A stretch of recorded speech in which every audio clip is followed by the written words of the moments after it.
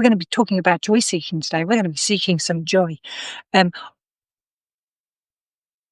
Adjacent to that, apropos of that, I have just noticed that when you are filming with an iPhone, this is so weird, and you have the camera on you, your signal and time and battery meters change from black to white depending on how much light is being reflected into the camera. So if I put it up here and move it across, it changes my time from black to white and my battery from black to white. Who knew there was such magic in an iPhone? I mean, yeah, we know there's all sorts of crazy tricks to keep us interested, but I've never noticed that. And that makes me wonder, it makes me curious as to why do they do that? Is that an attention grabbing thing? Is that something that in your back of the brain, subconsciously, you're like, oh, something has changed on this screen. That's interesting. Ooh. I keep falling down rabbit holes of curiosity. This morning I was thinking about, actually last night I was watching Great British Bake Off, and they were making hundreds and thousands for a certain school cake. That was it. They had to make hundreds and thousands, and I never knew that you made hundreds and thousands by piping icing and then chopping it up. Pipe it, really tiny thin lines, dry it, chop it up. So my brain goes into like Willy Wonka overdrive and thinks that must look so cool on like a vast factory production level. And so this morning went off searching, like, what does it look like? You know, is it like rainbows of hundreds and thousands pouring into vats, all different colours merging together? Not quite. Not as exciting as that. And it's just a really cool thing. Hundreds and thousands, funfetti, you know, the sprinkles you put on cakes. It's really cool how they make these things. I don't know how. Maybe not as magical as I wanted it to be in my brain, but still. And that's the little joy seeker in me. That's the little curiosity chipmunk. Oh, what's going on? What's going on? And it can be hard to feed that. It can be hard to allow ourselves to stay in that kind of curiosity and joy when there's like so much crazy going on in the world. And I think as well, just by saying so much crazy going on in the world, it's almost like airbrushing over the absolute shit show that we are being subjected to. And I can only see it from my perspective as a creative, curious, empathetic, joy-seeking human. Like, I'm sure there are some people who are like, well, it's just the natural order of things, you know. Men are better than women and fascism's better than free will, blah, blah, blah. I don't know. I'm sure there are people who very much feel that their point of view is the right point of view. And for me, I'm just like, you know. There was a documentary on BBC the other night with Dr. Chris. If you have kids, he's Dr. Chris, because Operation Ouch. And if you don't have kids, it's Dr. Chris Van Tulliken. And he was talking about like the next massive pandemic that's going to wipe us all out. And I'm like, literally at this point, cough in my face. I do not need... I don't need to survive another pandemic. I need to find something worse than Trump on the other side. I don't need it. Don't need it. So, joy seeking. You gotta find it where you can, because joy is one of your well-being anchors. It's one of those things that is just going to keep you rolling through so that you can experience all the lovely that there truly is out there.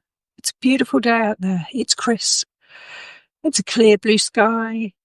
It's like a small plain trail hazing across. The odd poof of cloud. The trees are starting to go orange and gold, and it's beautiful.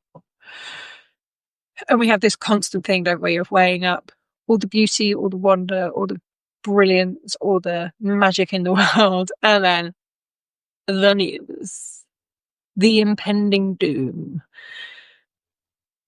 It can be a lot. So today we're focusing on joy seeking. We are focusing on finding the good stuff. where we can, how we can, for what we need. How do we fill our cups? How do we keep going? And I've I've created work around this for many years. I will drop a link somewhere in one of my thingies today. There we go. That's technical. About wellbeing anchors, because I do believe that when we harness all our senses, when we allow our playfulness and our curiosity through, we can find myriad ways to anchor ourselves into the good and the gorgeousness of everyday life. And these are your wellbeing anchors.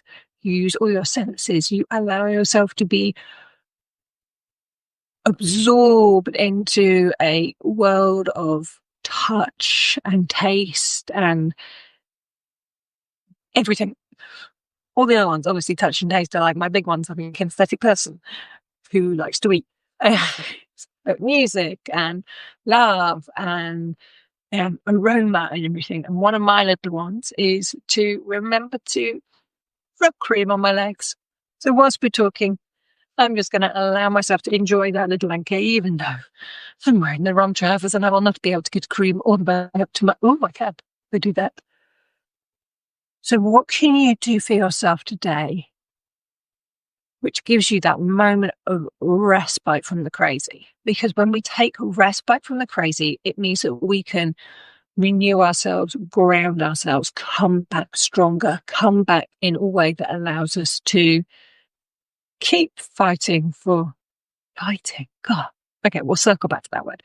But keep striving for what feels ethically, morally, creatively nourishing. So when I said we were going to come back to that word fighting, have you noticed that so much of the language we use is around struggle? You know, you have to beat the other person, you have to fight the system, you have to smash the patriarchy. It's all very much like patriarchal language. It's all based very much in struggle, in lack, that if they have more, I have less, that there is like is it called a wholesome game? We can't all prosper. We can't all be abundant. But if they've got, it takes from me, which is such a construct to make us feel as though we are always in opposition to somebody else, that there is always other. We're seeing this a lot in the UK politics. And it is a distraction, but it's around immigration. And it's like, look over here, these people, other, are taking away from you, us.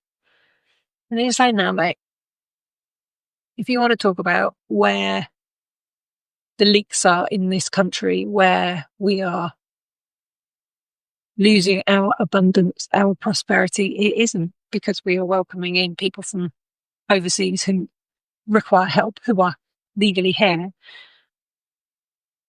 It's because we have all these fat cat billionaires lining their own pockets and making sure that all their own buddies are doing very well, nicely. Thank you very much. And that's the dichotomy, isn't it? It's like, how do I let myself see with clarity where the real issues are, whilst also feel like I'm not losing my mind, not losing my health?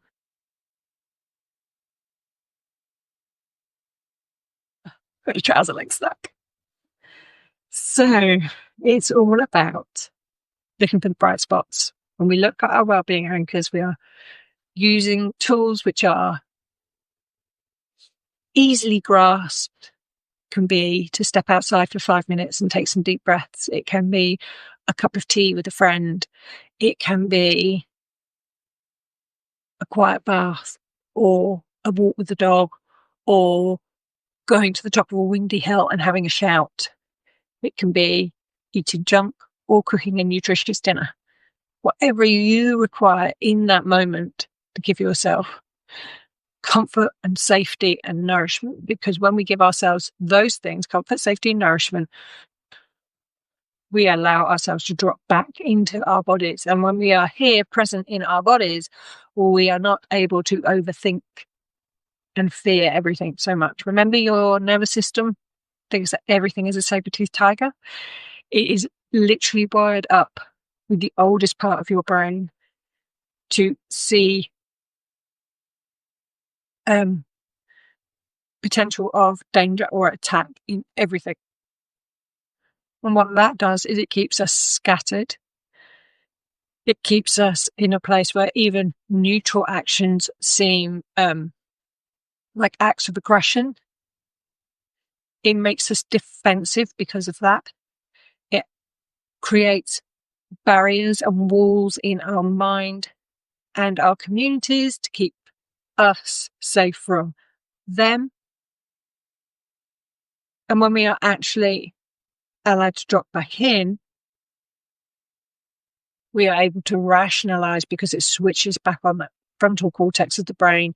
We are able to rationalize more easily and with greater clarity and see really what is going on. What are the divisions? How is it affecting me? What is the truth?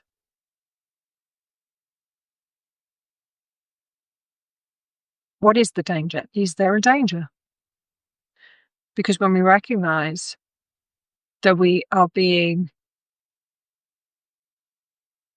operated, puppeteered from a place of fear, and that actually there's a whole external viewpoint which is manufactured to make us feel worried, less than, scared, lacking, then we can start to foster a place of love and abundance and prosperity and looking after each other. Looking for the joy, using your wellbeing anchors, all of these things bring you back here. And when you're back here, you can then expand. So just to finish up today, we are just going to do some very quick rotational activities. So this movement, this kind of expansion, when we expand, it's really three-dimensional.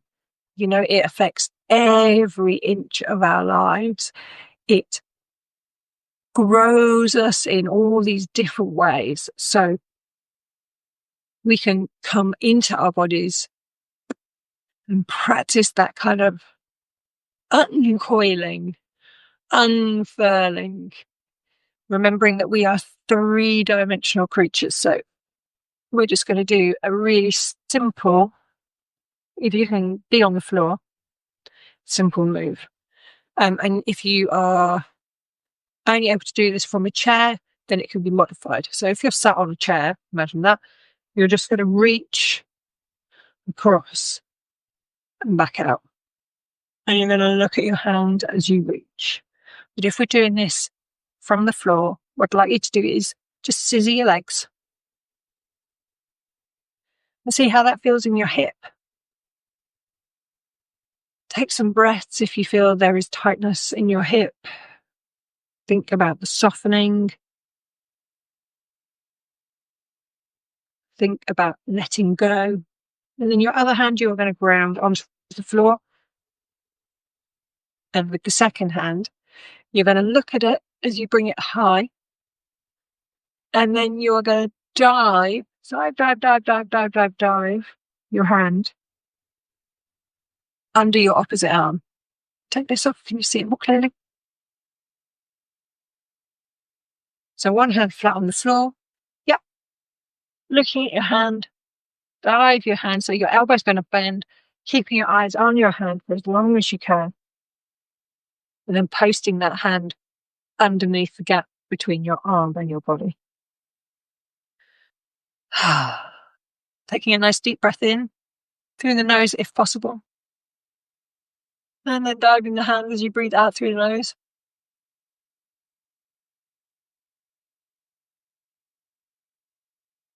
Oh, my back would click in about 4 places. Again, and we're going to breathe in as we move up. So it's quite a swift movement up, and then looking at your hand, breathe out and breathe down.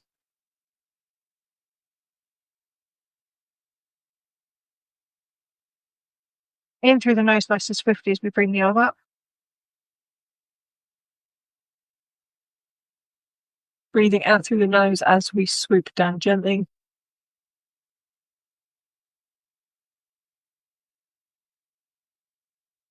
Nice. Let's swap sides. So scissoring your legs in the opposite direction, which sometimes your brain can take a moment to get hold of. Again, taking a moment just to breathe here. Letting go of your hips. Allowing your hips to soften, to try and feel your buttocks rest gently on the floor. So we're going to bring this hand all the way up here.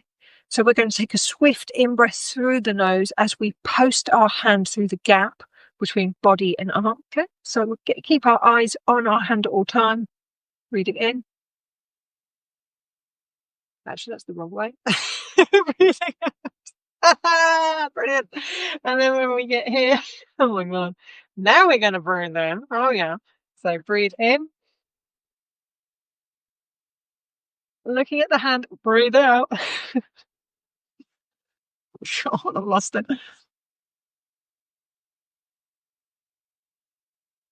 Posting that hand through the gap between arm and body. Breathe in as you come back up, looking at your hand.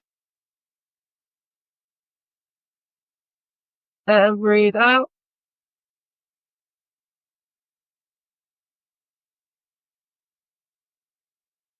Then we're just going to do one more because I completely lost it. Thinking about where your butt is on the ground, trying to feel both cheeks on the floor. Breathe out. So you might want to breathe in. Breathe out.